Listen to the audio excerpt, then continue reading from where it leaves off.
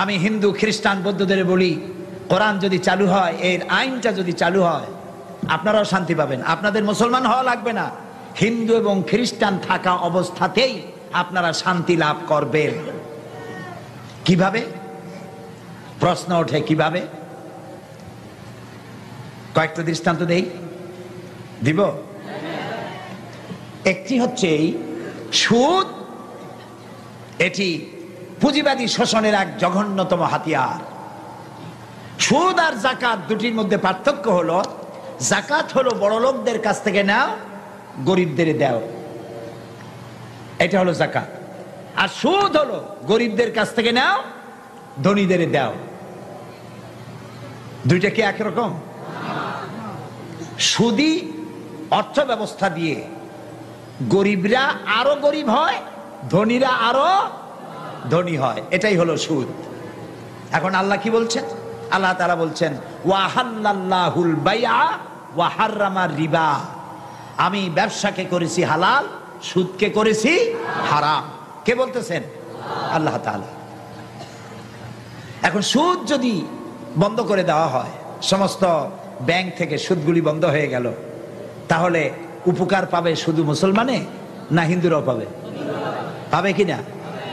কিভাবে শোষণ করে সুদ দিয়ে?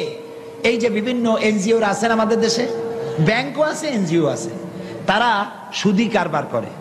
ব্যাংকে সুদ নেয় 17% থেকে 15% থেকে 17% হচ্ছে ব্যাংকের সুদ।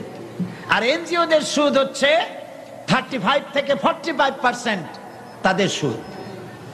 এই যে সুদ তারা নিল, ধরুন একজন গরিব মানুষ, সে হালের বলদ কেনার জন্য অথবা জমিনের সার আর বীজ কেনার জন্য ব্যাংক থেকে লোন নিয়েছে।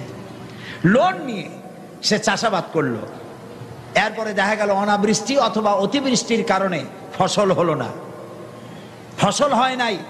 লোকটা তো ব্যাংকের কাছে ঋণী, এই ঋণ শোধ করবে কি দিয়া? ব্যাংক বৃষ্টি হয় নাই বলে, ফসল ভালো হয় নাই বলে ব্যাংক কি তার সুদ মাফ করবে? করবে না। তখন গরিব লোকটা কি করবে? তার বইয়ের সোনার শেষ বালা, শেষ চুরি গাছা, মায়ের চুরি গাছা, হালের বলদ জোড়া বিক্রি করে সুদের টাকা পরিশোধ করতে হবে, ঠিক কিনা? তাহলে গরিবের টাকা ব্যাংকে জমা হলো, ব্যাংকে টাকা রাখছিল কারা? কর না কেন? ধনীর টাকায় বরকত হইতে থাকলো, আর গরিব নিঃশেষ হতে হতে আরো নিঃশেষ হয়ে গেল। এখন ওয়াহাল্লাল্লাহুল বাইআ ওয়া হাররামার রিবা, আল্লাহ বলেছেন সুদকে হালাল, হারাম করলাম, ব্যবসাকে করলাম হালাল। এখন সুদ যদি ব্যাংক থেকে বন্ধ হয়ে যায়, সমস্ত ব্যাংক থেকে, তাহলে উপকার হবে শুধু মুসলমানের না উপকার হবে কাফের, হিন্দু, খ্রিস্টান, বৌদ্ধ সকলের উপর? বলেন বলে। এখন এই সুদ কিভাবে বন্ধ করবেন আপনারা? সুদ এর মধ্যে 70টি গুনাহ। 70 গুনাহ হলো নিজের মাকে, গর্ভধারিণী মাকে বিবাহ করা। ঘৃণার সাথে বলেন নাউজুবিল্লাহ। এইটা যদি হয় ছোট্ট গুনাহ, 70টা গুনার ছোট্ট গুনাহ এই, বড় গুনাহটা কি? আমি হাদিস শরীফ খুঁজেছি, বড় গুনাহ হাদিসে পাই নাই। খুঁজতে খুঁজতে কোরআন শরীফে পেয়ে গেছি বড় গুনাহটা কি।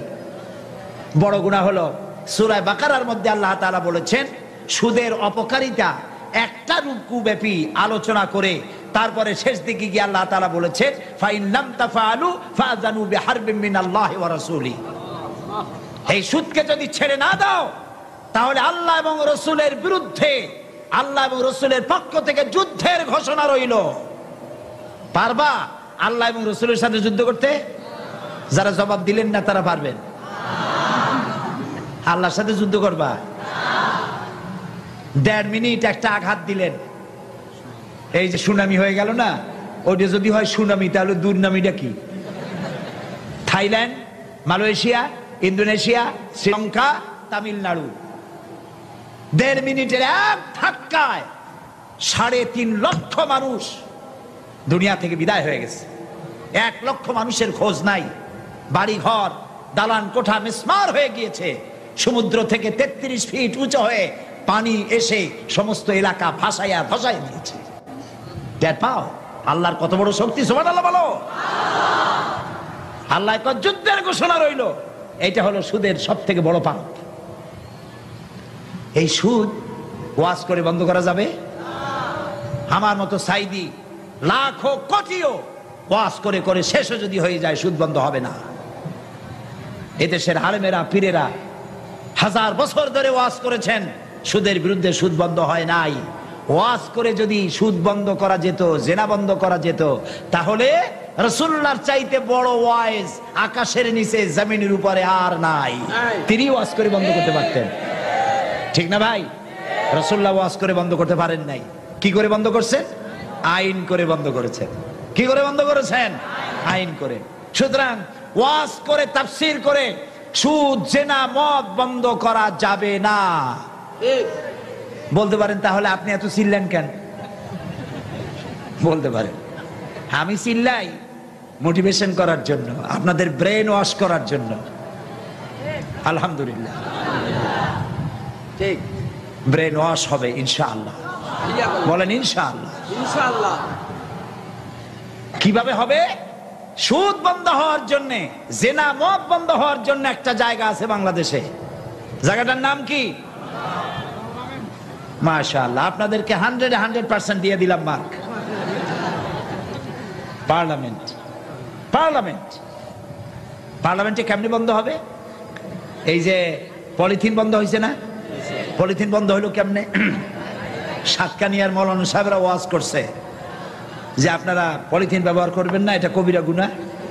পলিথিন ব্যবহার করলে কিয়ামতে 7 দিন দোজখে থাকবে, এরকম বলছে? বলেনি। পার্লামেন্টে বিল উঠছে, পলিথিন একটা সর্বনাশাজী জিনিস।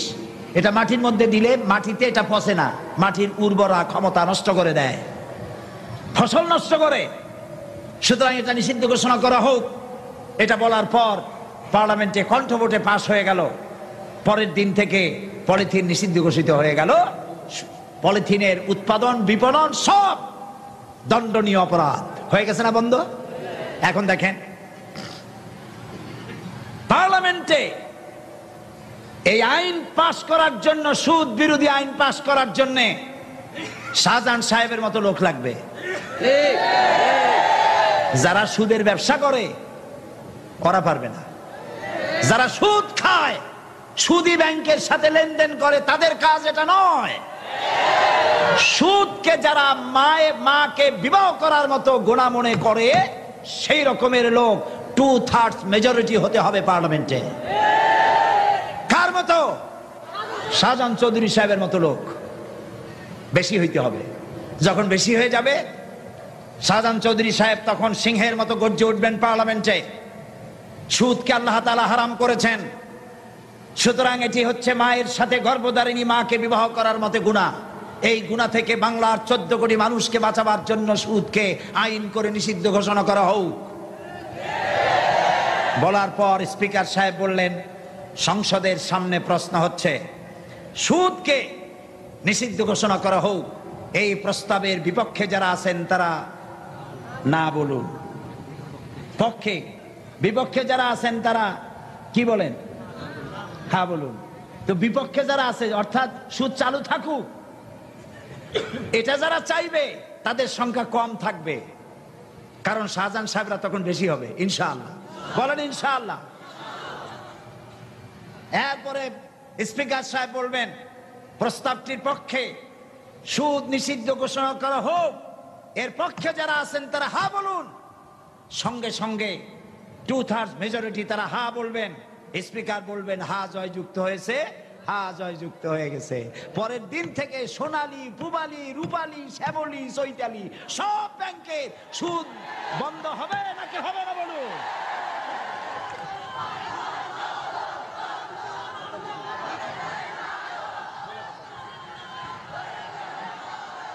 প্রিয় ভাই সব, এইভাবে সুদ, জেনা